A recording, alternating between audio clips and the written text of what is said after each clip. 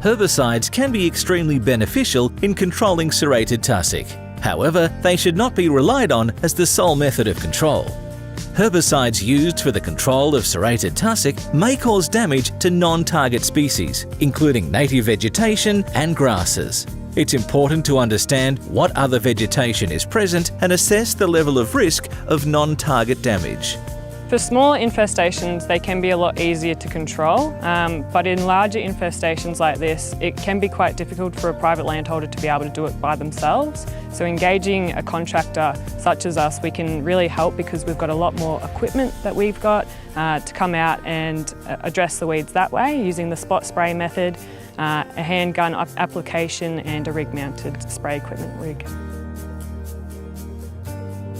It also helps to have some native and weed identification training, and also being a bit more skilled. There's a lot of factors that you have to go through when you're treating weeds, such as weather, temperatures, equipment, herbicide rates, things like that.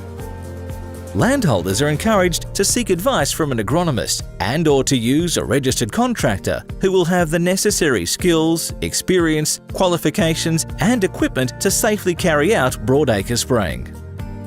Strong competition through the maintenance of good ground cover is vital in preventing the re-establishment of serrated tussock. On arable land, boom spraying is effective when followed by sowing down with a competitive crop or pasture improvement. On non-arable land with native grasslands or degraded introduced pasture, ground cover can be maintained by reducing grazing pressure to increase competition. Landholders are encouraged to seek professional advice from a local agronomist regarding boom spraying, cropping and pasture improvement. Under Victorian legislation, there are controls on the use of agricultural chemicals, and it is the responsibility of the user to be familiar with this legislation.